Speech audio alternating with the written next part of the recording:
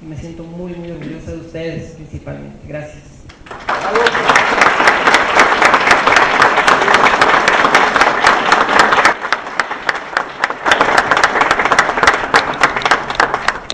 Creo que es importante decir que la senadora Ana Gabriela Guevara propuso el punto de acuerdo para que el Senado de la República presentara ante la Secretaría de Educación Pública la necesidad de reivindicar la enseñanza de las humanidades y de las materias filosóficas en la educación media superior de nuestro país.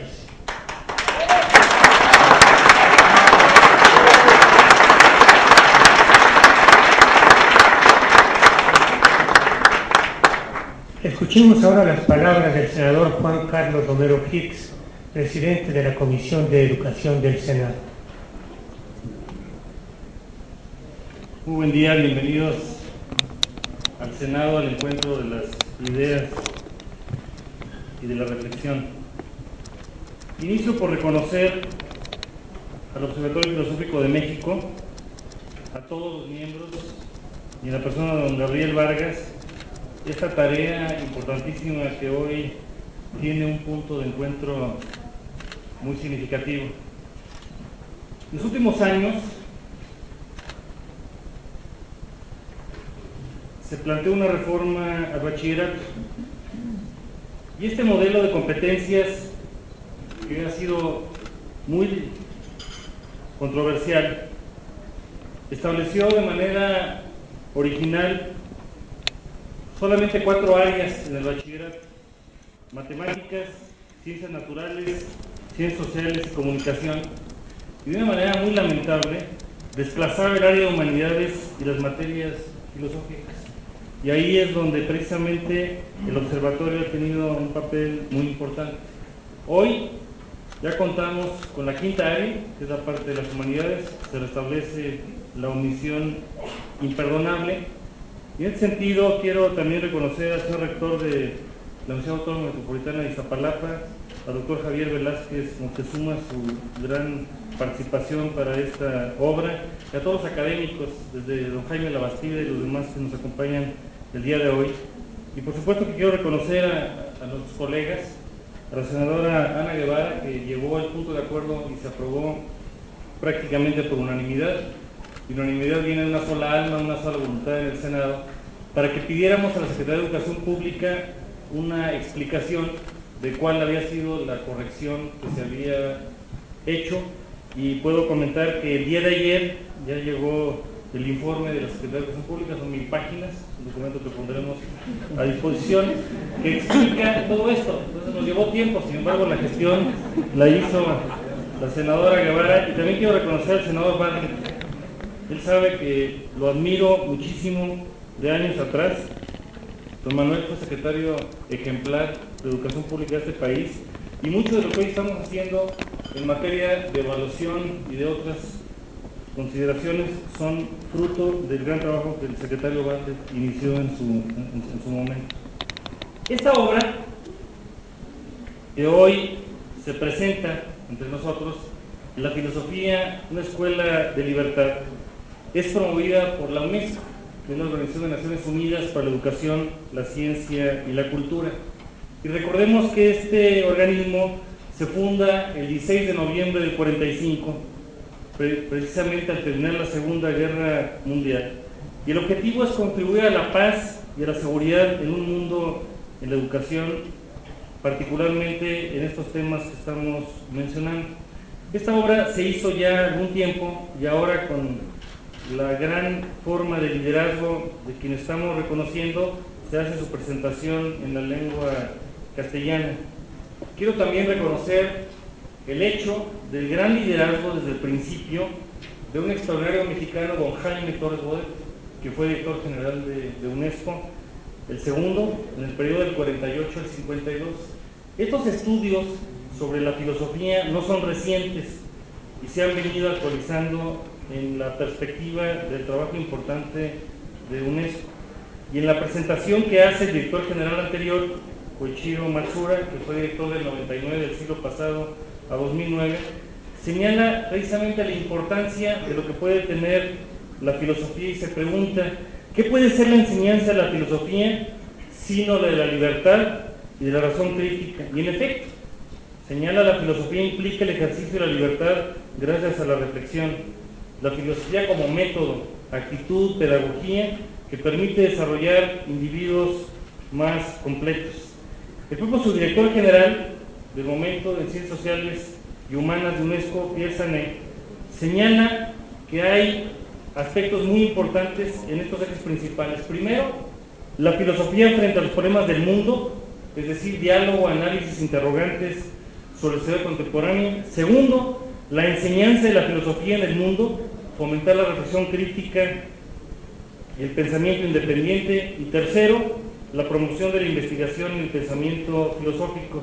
Y esto lo aborda en tres momentos. Un primer tiempo, que es la enseñanza de la filosofía en un campo de interés permanente de UNESCO, que prácticamente desde la fundación se da. Recordar que en el momento de la fundación estaban precisamente las obras de Jean-Paul Sartre, de Manuel Munier, de otros, y la trascendencia que tenía en el mundo filosófico. Segundo tiempo, la enseñanza de la filosofía aquí y ahora, y que lamentablemente la encuesta que se presenta nos indica que no se ha avanzado mucho en el mundo en el tema de la filosofía en cuanto a su enseñanza. Y el tercer tiempo como un desafío de futuro. Así las cosas, la obra tiene 5 grandes conjuntos. Primero, presenta los grandes interrogantes que plantea la filosofía, pero empezando por los niños. Aquí estamos reivindicando el derecho a pensar, el derecho a reflexionar, el derecho a dialogar, y esto tiene que ver de manera muy significativa. Segundo, la enseñanza de la filosofía a nivel preescolar y primario.